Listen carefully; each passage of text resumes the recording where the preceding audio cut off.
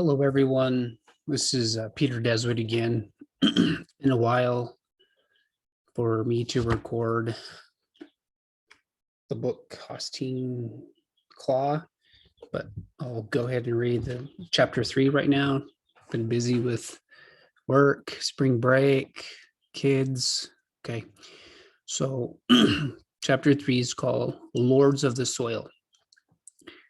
As the years passed, the Navajo tribe made great gains in numbers and in wealth. They came to regard the neighboring Puebloans as vassals who were obliged to contribute to their support.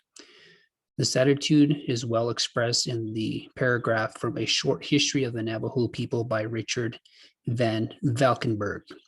In 1837, the Navajo had become a scourge, raiding and plundering both Mexican and Puebloan villages at will.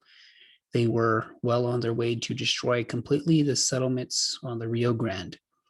These lords of the soil, as they were called in those days, boldly stated that they did not care to steal their breeding ewes, as then there would be no lambs to steal in the spring.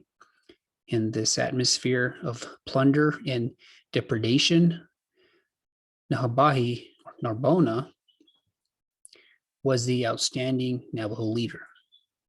So Klah, Thluni, Many Horses, and Manulito, who was Narbona's son-in-law, were young men at the time and skilled warriors. Chidaj, who was chief of the Navajos for many years, relates incidents in the life of his grandfather, a prominent man who owned many slaves.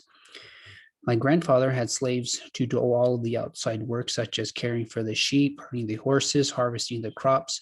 He even had a personal slave who was always handy to saddle his horse if he wished to ride and unsaddle when he returned. To spread the buffalo robes he used for bedding at night and to take them out in the sun in the morning, and to run whatever errands he was assigned. Just as the Puebloans were considered an asset to Navajo economy, so were the Spanish and Mexican settlers, who were now establishing homes along the Rio Grande. Their settlements did not encroach on Navajo territory or threaten their rights in any way, and they did not supply a certain amount of trade goods through either barter or hit-and-run raids. Their farms and irrigation projects were not molested, for, as one Navajo leader said, we can help ourselves to their harvest in the fall, so why not let them raise all the corn they can? Naturally, these settlers became bitter enemies of the Navajo. But life among the Navajo clans was not all given to labor, strife, and raiding. There were also many social and religious activities. Although these people lived in isolated clan groups and had no villages or community centers, they still maintained intimate contact through harvest festivals, war dances, and healing ceremonies. As all such gatherings of any kind or purpose were religious in character, the medicine man was their arbiter and master of ceremonies for each occasion and was given complete authority in the arrangement of the elaborate ritual and ceremony. During the early days of Navajo life in the Southwest, these people had been in contact with the people of the Great Pueblos, which now lie in ruins along the rivers and streams. From these Sazi old ones, the Navajos learned rites, prayers, and chants, which they adopted and to which they added ceremonial procedures, thus forming a complex and ceremonialism that grew through the passing years.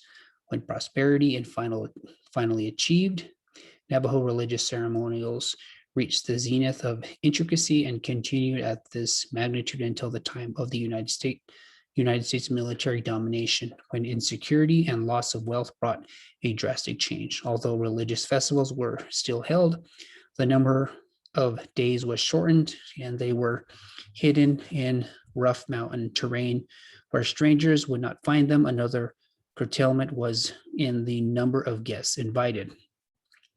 At the height of ceremonial activity, some of the principal ceremonies were the water chant, the rain dance, the hill chant, the wind rites, the shooting chant, the mountain chant, and several others, all of which lasted 9 days and nights.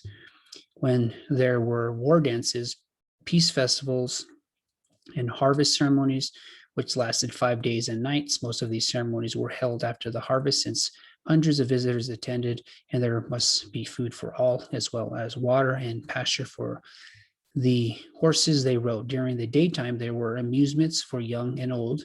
For the young men, there were games to test their strength and skill in running, jumping, archery, and horse racing. For the older guests, there were gambling games with round stones, with flat colored sticks, or with wooden dice. And for everyone, there was feasting.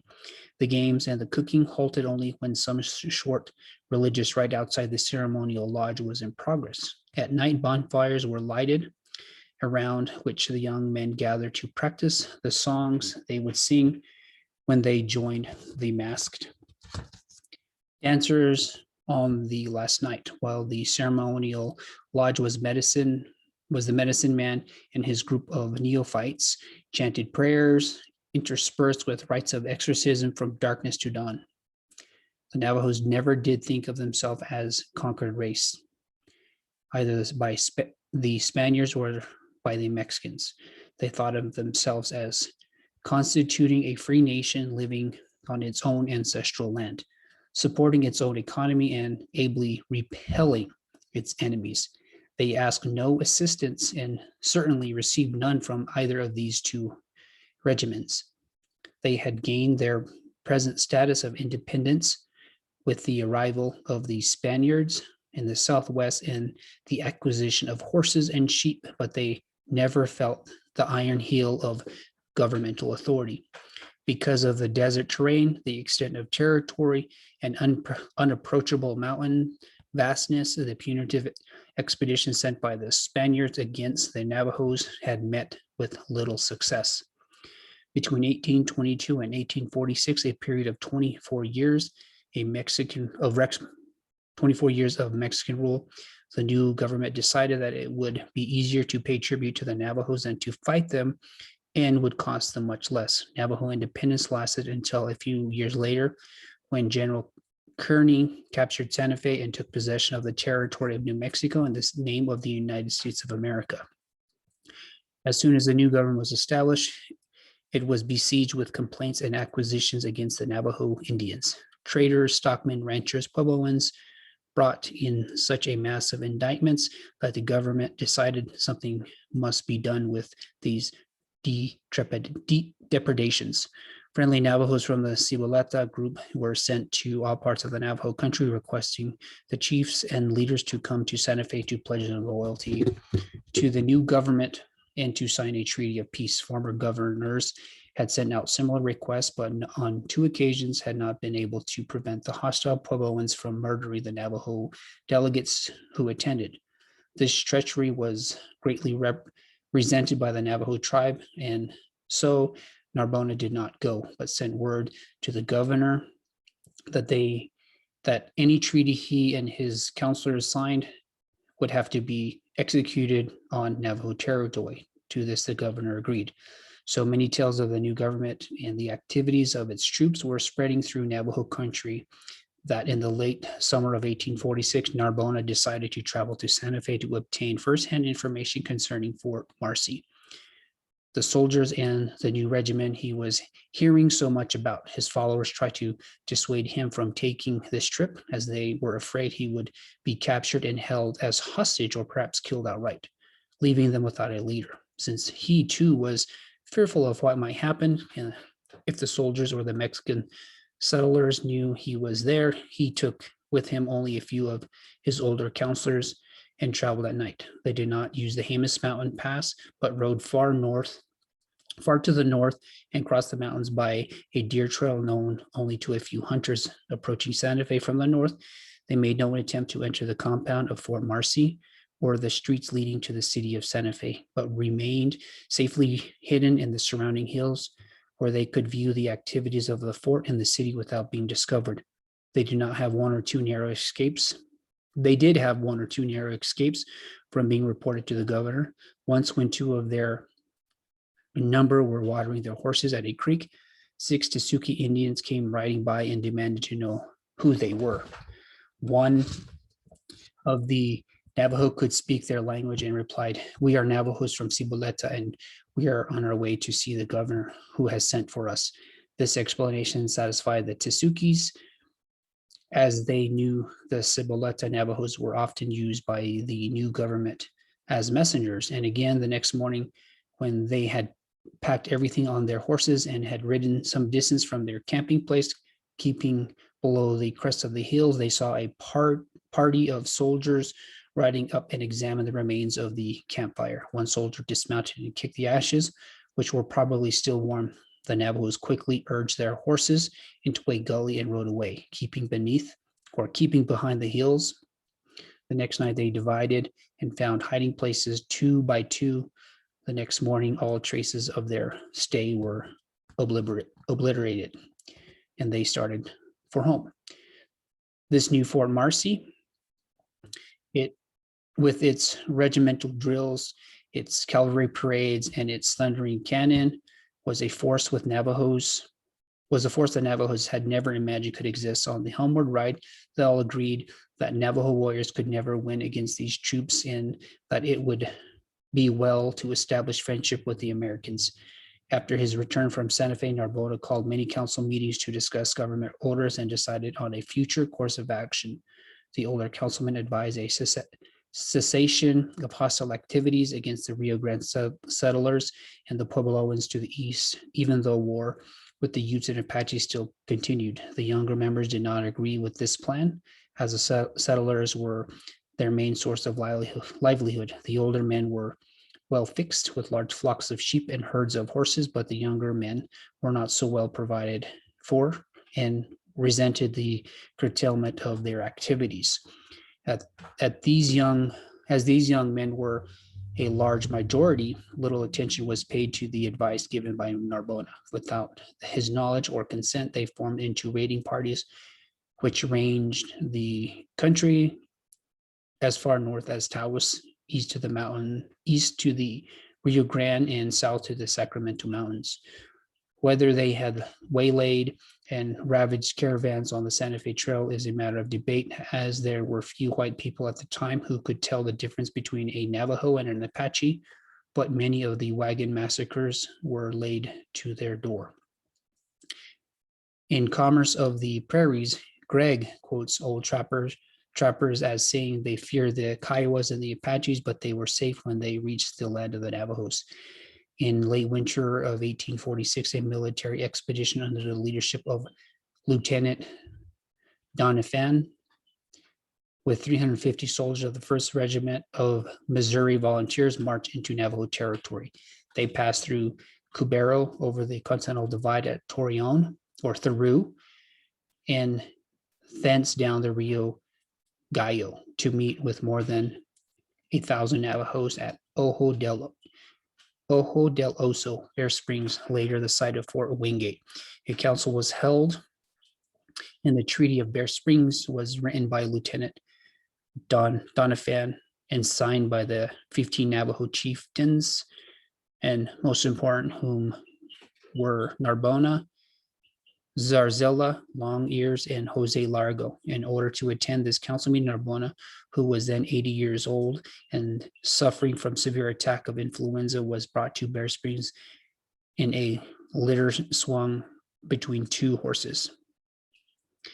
Klah has been told that this pandemic or epidemic caused many deaths among the Navajos and believes it to be the same character as the epidemics of 1919.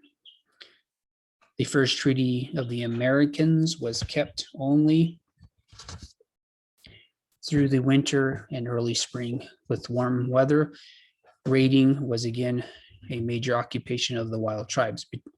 Between the signing of the Treaty of Bear Springs and the autumn of 1849, no less than 5 military expeditions of United States troops took the field against the Navajos. All were unsuccessful. Even though the Navajos were able to avoid contact with the soldiers carrying out these forays, they began to feel the effects of these incursions severely. They were rapidly losing their greater number of their sheep and horses, and crops in the fields were destroyed before they could be harvested. and they were forced to live in hidden canyons and mountain fastnesses. A certain part of this destruction could be laid to the enmity of Puebloans, who saw in the soldiers an opportunity to avenge themselves for losses they had sustained at the hands of the Navajos. They were glad to act as guides for the expeditions into Navajo territory and to point out the farms and grazing areas where livestock might be found. They also had some knowledge of the hidden canyons and rock escarpments where Navajo homes were often located, but the Puebloans found this campaign of hate highly retroactive. As the Navajos lost their livestock and were stripped of their harvest of corn and beans, they were obliged to depend more and more on the Puebloan neighbors for their food supply. No more was the same matter of feeding a few hungry Navajo families who were willing to work in their fields for a ration of corn and mutton. It was now a hungry horde, numbering well into the thousands, who were ready to kill to obtain food and horses. 2 or 3 dry summers during the time of harassment added a shortage of water to plunge Navajo farmers and shepherds. They began to wonder why their gods had turned against them and in what manner they had failed to please them. One blind prophet dreamed that all Navajo people would perish and a new race would occupy their land. Many ceremonies were held and gifts were carried to high places and laid on altars to appease the gods. Finally, it was decided that 4 medicine men would make the journey to Tuahajale, meeting place of waters, and scan the page of prophecy for an answer to their questionings. For this trip, they chose the oldest and wisest medicine man, each from a different part of the Navajo country, and instructed them to meet at Black Rock to make their preparations. The whole Navajo nation started a period of prayer while the 4 chanters were going through purification rites, prayer ceremonies, and days and nights of fasting. They must put themselves on a higher plane than ordinary mortals before they could expect to receive any communication from gods who made their home in I can't pronounce this one. Thanistsa.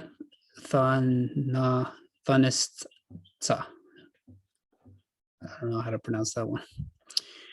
5 of the most important members of the Navajo pantheon of immortals were said to make their homes on the high rock called Tsenahista, which overlooked the shining sands of prophecy. There was a legend of a visit from these gods who, when they returned to their homes, left a trail which only holy ones might follow. So accurate was the description that these 4 shamans could follow almost in the god's footsteps. Each man wore only ceremonial clothing with a sacred buckskin for a blanket and carried sacred cornmeal in a prehistoric pottery bowl. They reached the bank of the river late in the afternoon and gathered 4 kinds of wood from the 4 directions. With the whirling stick, they made a small fire and ate there. Much before darkness descended all night long, they squatted by their fire and chanted prayers of supplication to the immortals. While at home, all the medicine men were with their families were chanting the same prayer. May the way be blessed before us. May the way be blessed behind us. May the sky be glorious above us. May the earth be fruitful around us.